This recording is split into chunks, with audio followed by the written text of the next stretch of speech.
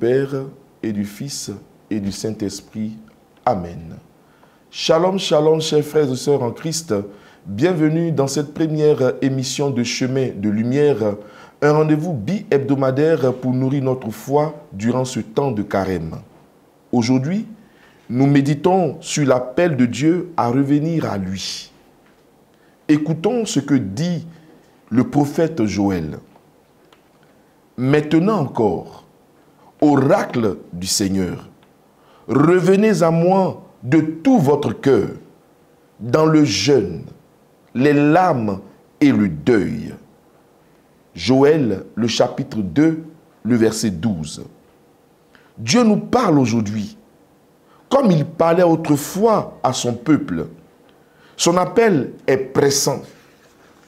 Reviens à moi. Et c'est d'ailleurs le thème de notre méditation. Reviens à moi. Cela signifie que nous nous sommes éloignés, que nous avons pris d'autres chemins. Je vous pose cette question, bien-aimés sœurs et bien-aimés frères.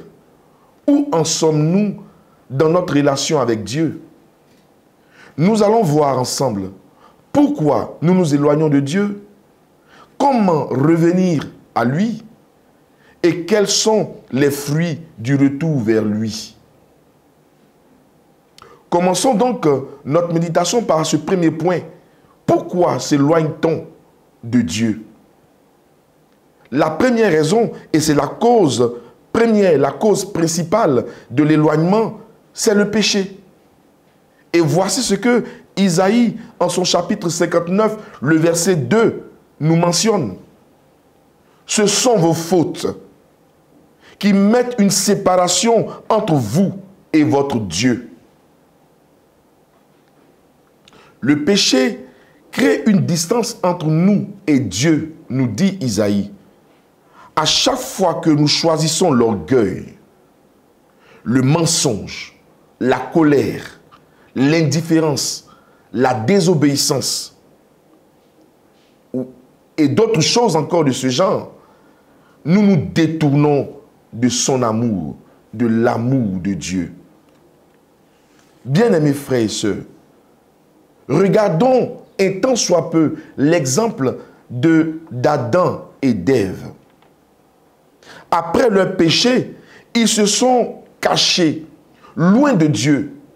Genèse chapitre 3, les versets 8 à 10. Le péché nous pousse donc à fuir au lieu de nous approcher du Père. Autre élément justifiant notre éloignement vis-à-vis de Dieu, ce sont les distractions du monde. Dans l'évangile de Jésus-Christ, selon saint Luc, le chapitre 15, le verset 13, le fils prodigue quitte la maison de son père pour une vie de plaisir. Il croit qu'il peut se suffire à lui-même. À cause des distractions du monde, il quitte la maison de son père. Aujourd'hui, bien-aimés frères et sœurs, combien parmi nous sont absorbés par les préoccupations matérielles, les réseaux sociaux, les plaisirs passagers? Combien trouvent difficile de prier, de méditer la parole de Dieu, parce que leur esprit est trop occupé ailleurs?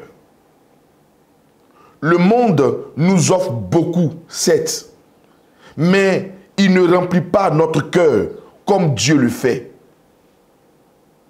Mon frère, ma soeur, il existe encore, et la liste n'est pas exhaustive, mais je voudrais m'en tenir à ce troisième point pour parler des causes de l'éloignement vis-à-vis de Dieu. Et ce troisième point, ce n'est rien d'autre que le découragement et les épreuves. Le découragement et les épreuves.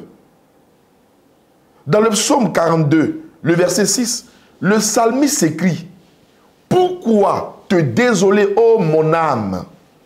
Espère en Dieu. » En fait, certains s'éloignent de Dieu parce qu'ils ont été blessés, déçus, ou qu'ils ne voient plus ses bénédictions, les bénédictions de Dieu bien sûr. Comme Pierre qui commence à couler sur l'eau, Matthieu 14, verset 30, nous détournons parfois notre regard du Seigneur à cause des tempêtes de la vie. Mais Dieu ne nous abandonne pas pour autant. Il ne nous abandonne jamais. Il attend notre retour avec amour. Bien-aimés frères et sœurs, après avoir parcouru quelques éléments, et je l'ai dit, la liste n'est pas exhaustive, quelques éléments qui pourraient justifier notre éloignement du Père, notre éloignement de Dieu, il est bon de savoir comment revenir à Dieu. Ici, je voudrais toucher 3 points essentiels pour le retour vers Dieu. Le premier point, c'est revenir avec sincérité et de tout son cœur. Revenir avec sincérité et de tout son cœur. Dans Joël, le chapitre 2, le verset 12, Dieu dit, « Revenez à moi de tout votre cœur. Revenez à moi de tout votre cœur. » Ce retour à Dieu doit être authentique et profond. Ce n'est pas juste un changement extérieur, aller plus souvent à la messe, prier un peu plus, aller à des évangélisations, aller souvent à des retraites. Oh que non! C'est un retour du cœur. Un désir sincère de vivre selon la volonté de Dieu. Et dans Luc, le chapitre 15, le verset 18, le fils prodigue se lève et dit, « Je me lèverai et j'irai vers mon Père. » Aujourd'hui, bien-aimés sœurs, bien-aimés frères, Dieu attend de chacun de nous cette décision intérieure. Seigneur, je veux revenir à toi. Le deuxième point essentiel également, qui pourrait donc nous aider à revenir de manière authentique au Seigneur, c'est se repentir et confesser ses fautes. C'est très important cette étape. Se repentir et confesser ses fautes. Si nous confessons nos fautes, nos péchés, il est fidèle et juste pour nous les pardonner. Nous dit l'évangéliste Jean en 1 Jean, le chapitre 1, le verset 9. Dieu est prêt à nous pardonner si nous reconnaissons humblement nos fautes. Pendant ce carême, nous sommes invités à faire un véritable examen de conscience et à recevoir le sacrement de réconciliation. Ne repoussons pas cet appel, bien-aimés frères et bien-aimés sœurs, car le pardon de Dieu restaure et libère. Si tu entends ma voix au travers de ce message, je t'invite à ne pas repousser cet appel du Seigneur qui dit, entre autres, « Reviens à moi ». Oui, le pardon de Dieu restaure et libère. Enfin, le troisième point de cette deuxième étape, comment revenir donc à Dieu? Il faut retrouver une vie de prière et de jeûne en revenant à Dieu. Il faut retrouver une vie de prière et de jeûne. En Matthieu 6, le verset 6, Jésus nous dit ceci. Quand tu pries, entre dans ta chambre, ferme la porte et prie ton Père. La prière et le jeûne sont des clés puissantes pour revenir à Dieu. Elles nous aident à détacher notre cœur du superflu et à nous reconnecter à l'essentiel. Et cet essentiel, c'est Dieu lui-même. Jeûner, ce n'est pas seulement s'abstenir de nourriture, mais aussi renoncer à ce qui nous éloigne de Dieu. L'égoïsme, la médisance, l'attachement aux biens matériels et bien d'autres choses de ce genre. Frères et sœurs, après avoir partagé avec vous quelques étapes pour revenir de manière authentique au Seigneur, il est bon de savoir qu'est-ce que nous pouvons bénéficier de ce retour vers le Seigneur? Quels sont les fruits du retour à Dieu? Voici donc le troisième point de notre méditation que nous abordons ainsi. Premièrement, les fruits du retour à Dieu. Nous pouvons percevoir ces fruits à travers une restauration et une guérison intérieure. Restauration et une guérison intérieure. Voici ce que nous dit ou nous promet le Seigneur dans le livre de Joël. Joël, le chapitre 2, le verset 25. Dieu promet: je vous rendrai les années qu'a dévoré la sauterelle. Ah, c'est fort. En revenant à Dieu, voici ce que le Seigneur promet à son peuple qui revient à lui. Il dit: je vous rendrai les années qu'a dévoré la sauterelle. Frères et sœurs, quand nous revenons à Dieu, il restaure ce qui a été perdu. Beaucoup pensent que leurs erreurs sont irréparables. Oh que non! Mais Dieu peut redonner sens et beauté à notre vie. Et c'est ça, la vérité.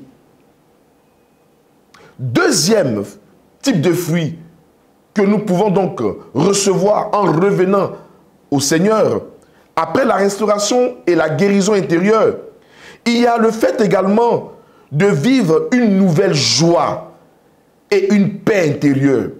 Donc, comme autre fruit, la joie et la paix intérieure. Joie et paix intérieure. En Luc, le chapitre 15, le verset 24, le père du fils prodigue dit, écoute bien, mon fils était mort, il est revenu à la vie, il était perdu et il est retrouvé. Voici les propos du père du fils prodigue.